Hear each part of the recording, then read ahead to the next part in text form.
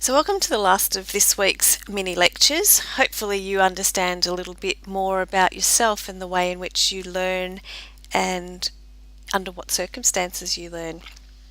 In this section we're going to look specifically at planning for learning and teaching. By the end of this session you should be able to discuss the importance of lesson planning, identify key aspects of lesson planning, develop basic measurable instructional objectives, discuss the evaluation of learning, and develop a simple lesson plan. This one's particularly important for your own teaching session that you need to be working towards in the next few weeks. So why bother plan for teaching? It's important for communication.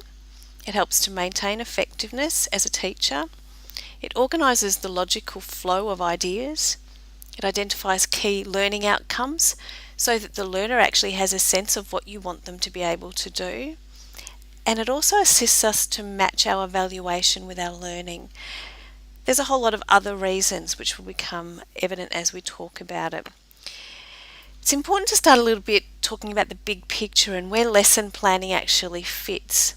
So you've got a curriculum. Within the curriculum there's units, and within each of the units there's different lessons. Each one needs to be planned out so that it's logical and that it fits into that bigger picture sequence. So for example, what are we doing here? So here we have the nursing curriculum. We're in the unit NUR 3003, and the lesson plan here is going to be about how to plan for teaching. So it's clear what we're going to try and do in this particular session and how we're going to contextualise it, but it also fits as part of a bigger structure. So it fits into a particular unit structure which fits into a curriculum structure. So to move from the big picture to the small picture, it's important to always keep the big picture in mind, because often you get a bit bogged down and lost in all of this, and you get very hands-on with the actual bit that you're involved in. But even with the teaching session that you're involved in, it actually fits into the curriculum of NUR 3003 for a very important reason. We need to think about how this lesson relates to the previous lessons and to the next lessons, and you probably will have got a sense, even as I've worked through these 3 lectures, how each one's interconnected. And even at the beginning there's been a statement that's connected the next session onto the previous one. We need to work out what the aim of the lesson is before we start. What are we trying to do? What are we trying to aim for in this particular session? What resources do you have? What personnel is required? What materials do you need? And how will you measure your success? So components of a lesson plan determine what the learner already knows, determines what the learner will learn, determines how to deliver the content, determines how to assist learning, determines at least one way to evaluate learning, but it also incorporates the environmental considerations as well and the context in which that's all going to take place. So to determine what the learner already knows, we've talked about learning needs assessment, we've talked a lot about assessing the learner, so that's part of the lesson plan that you write up. How old is the prior knowledge might be something that you ask. So you determine that they have some prior knowledge or they don't have any. Is their prior knowledge accurate and current? And is the knowledge from a reliable source? To determine what the learner will learn. So what's the aim of the session? So this is what learning you want to occur.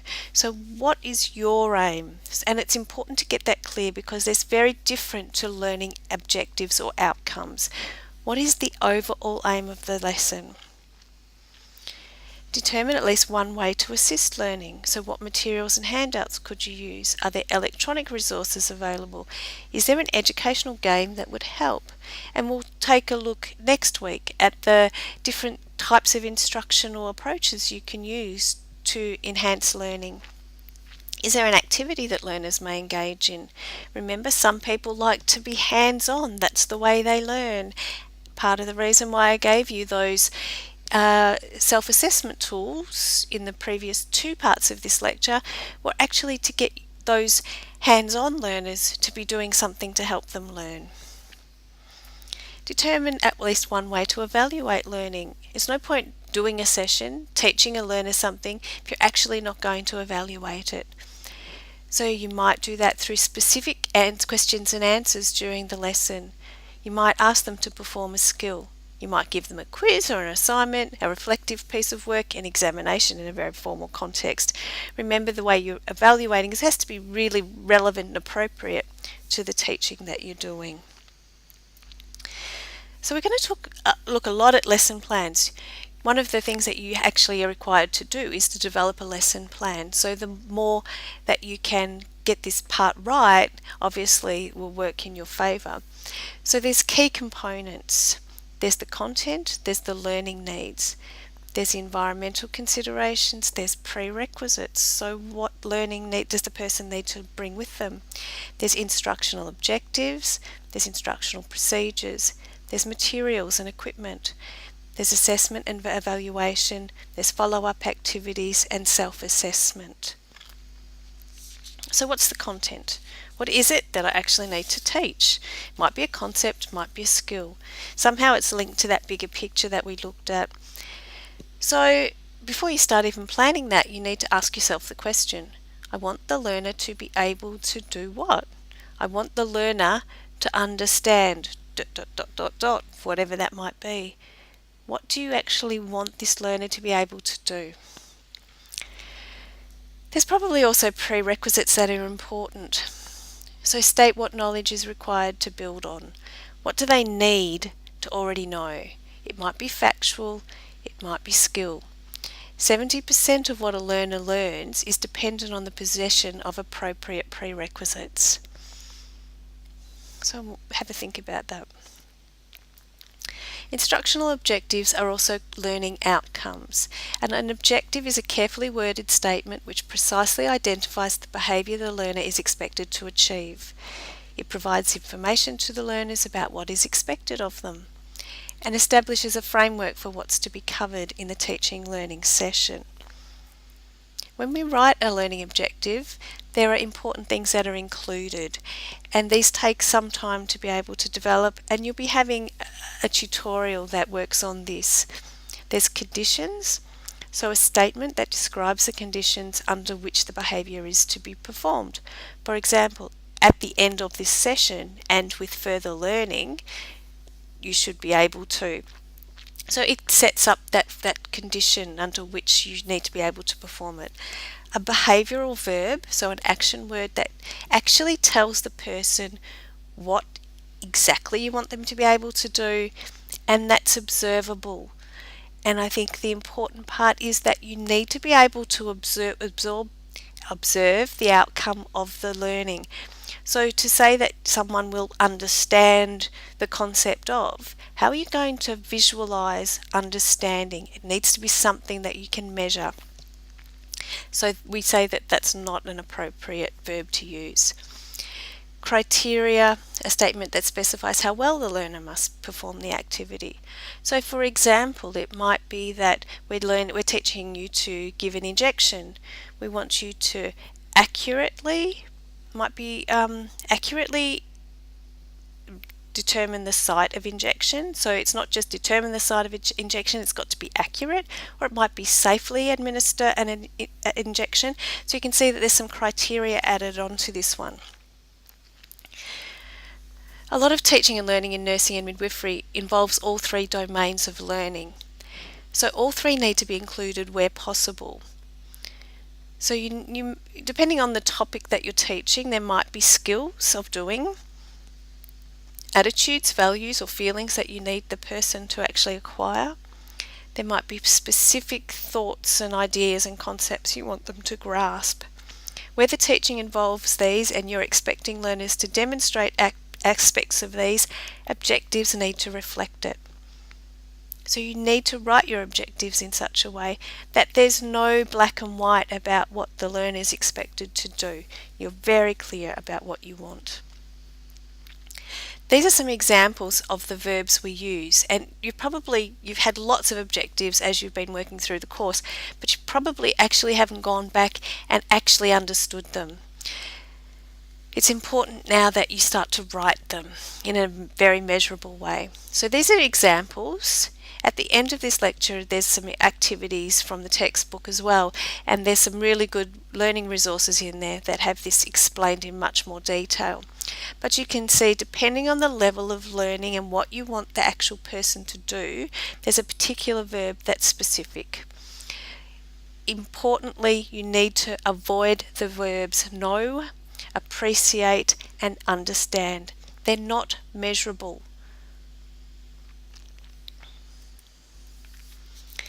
So as well as all of those, we've established the learning needs, we've established what it is that we want the session to be, so the aim of the session, we've established the learning objectives. We need to think about the parts of the lesson itself now. Each lesson starts with an introduction, different teaching strategies, there might be activities built in there, and how you're going to close the session. Importantly, if you don't evaluate the session, and we're not talking about you as the teacher, we're talking about measuring the learning outcomes. We generally do that throughout the session. It doesn't happen at the very end. At each part of the learning, we have an intervention so we can actually be able to measure that. So evaluation serves a number of purposes, including it provides evidence of what has been achieved to further motivate both the teacher and the learner, permits measurement of planned objectives against actual outcomes to identify areas for improvement, provides economic justification for the resources used, and for some environments that's absolutely important, and ensures that the expected standard of learning has been achieved. Follow-up activities might be included as well, so the person might be sent away to do things. It might be practice a skill. But you can think about how you might want them to reinforce the knowledge that they've learned. So let's look at the actual teaching plan. So there's two parts to it. There's part one, which is the description of the learner, short and long-term learning needs. So we've talked about learning needs, now we're talking about short and long-term. Short-term are probably those that are achievable within the context of the session. Long-term might take some time. For example, you might want them to demonstrate skills in subcutaneous injection within the session, but you might then want them to be competent at that skill. So you might want them to competently perform the skill in 2 months' time, for example. So that might be a long-term learning need. Session aim we've talked about, learning objectives. Environmental considerations are really important. So where is the teaching going to happen? What sort of preparations required there? Do I need to move the chairs into a particular setup? Is it a noisy room? Is it too hot? How do I control the temperature? The time of day is an environmental concern. There are times of day when we learn better than others. So learning is effective first thing in the morning, but it's not very effective after lunch. So that's something you need to factor in as part of this effectiveness. You want your session to be effective. There are things you're going to have to implement as far as making it effective. The second part of the teaching plan is a table, and there's different types of these. This is just one example. This one I use, but you might find that there are others that suit you, and the more reading you do, you might find that there are some that suit you. It has time in minutes, content, so the topics, teacher activities, resources, and evaluation methods. I'm going to give you an example that I put together for a simple dressing. So you need to include an introduction, so 5-minute introduction maybe. I need PowerPoint, and we might just ask if there's any questions before we get started. Now, a simple dressing probably would not be taught this quickly because it's actually not that simple. So don't look at the timings per se, it's just an example, but I might spend 10 minutes just talking about the principles of asepsis, and I might do that through a lecture presentation. So to do that, I'm going to need PowerPoint. I want to show a short video. At the end of that 10 minutes, I want to make sure I haven't lost my learners already, so I might ask them a key question to make sure they've understood. So it's good to already establish what your key questions are going to be. This is your evaluation, so it's happening right throughout the session. So my example would be, okay, so tell me what asepsis is before I move on. Okay, so now we've established that, we're going to move on to the simple dressing part of it. I'm going to do a demonstration. I'm going to talk through the demonstration. I need all of these resources for that particular part. And I might, before I get them to do a return demonstration, ask them just to briefly tell me what they think the key steps in a simple dressing are. So make sure I've worked out where they're at in their learning process. And certainly within teaching a psychomotor skill, you need time for a return demonstration. Importantly, remember that a learner takes a lot longer to perform a skill for the first time than you will. Also, if you're talking your way through a demonstration, allow yourself a lot longer than you would normally take to do that. These are probably really important considerations for your sessions because you're going to be teaching a psychomotor skill. And once we've had the time to do return demonstrations, so the learner's been able to show me what they can do and do a couple of practices, we're going to conclude the session, have any discussion, talk about what they should do to actually practice. So you need to actually, in your conclusion, give them some suggestions about how they can build their expertise and answer any questions they might have. So that's just a simple example. So in summary, each teaching session is unique in terms of the objectives, the learners, the environment, and the resources. Effectiveness is dependent on accurate assessment of factors impacting on the teaching session, development of an appropriate teaching plan to meet learner needs, careful selection and appropriate application of teaching methods, strategies and aids, which we'll be talking about next week. So there's some activities there that will help reinforce and to build on this session. So that's the end of week 2's lectures.